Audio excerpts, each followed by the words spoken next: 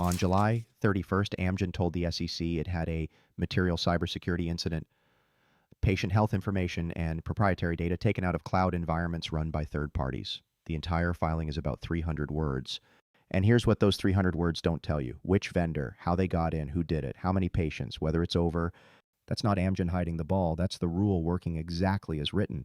And a paper from 2023 called it, line by line. The paper is The Final SEC Cybersecurity Rules, What's In and What's Out by Bob Zukis of the Digital Directors Network, published days after the SEC adopted the rules. DDN didn't just summarize them, they graded every provision. 3 years and roughly 80 filings later, those grades held up. And Bob's been on this channel. The real Ron Gula interviewed him back in 2021 when this was still called Gula Tech Cyber Fiction. An hour on what the Challenger disaster teaches corporate boards. Worth a watch. So what did DDN get right? The 8K incident rule, DDN graded at high impact, and it was.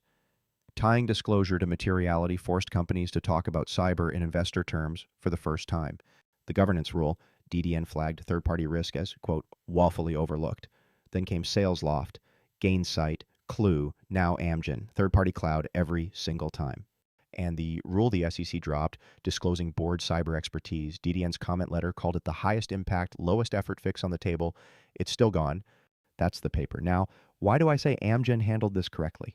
Watch the clock. They determined the incident was material on July 29th. They filed on July 31st, 2 days. That's a company with a working disclosure process, pre-drafted language, and a committee that already knew its job. Second, the basis. Amgen called it material because of the volume and sensitivity of the files taken, not dollars. The same filing says no material financial impact. That's an honest, data-driven call, and it sets a precedent. Third, discipline. Nobody has claimed this attack. No vendor has been named. Amgen didn't guess, and neither should you. HIPAA runs on its own, slower clock. That's where the patient numbers will surface. The SEC clock is just faster. Which brings me to the part practitioners miss. The famous 4-day rule doesn't start at the breach. It starts when the company determines the incident is material. And that determination is not a SOC decision. Detection is the easy half. A CISO can't file an 8K alone. Legal, finance, and security have to reach a defensible conclusion together in days under pressure. The organization has to conclude as efficiently as it detects. There's exactly one way to know if yours can. Rehearse it. Full disclosure, the real Ron Gula is on the board of Scythe. This is exactly what breach and attack emulation is for. Emulate the exfiltration, then run the entire clock. Detection, escalation, the materiality call. If the first time your disclosure committee meets is during a real incident, you'll find the gaps on camera. So where does this leave us? The SEC rules did one genuinely useful thing. They made companies attach the word material to a cyber event and defend that judgment in writing.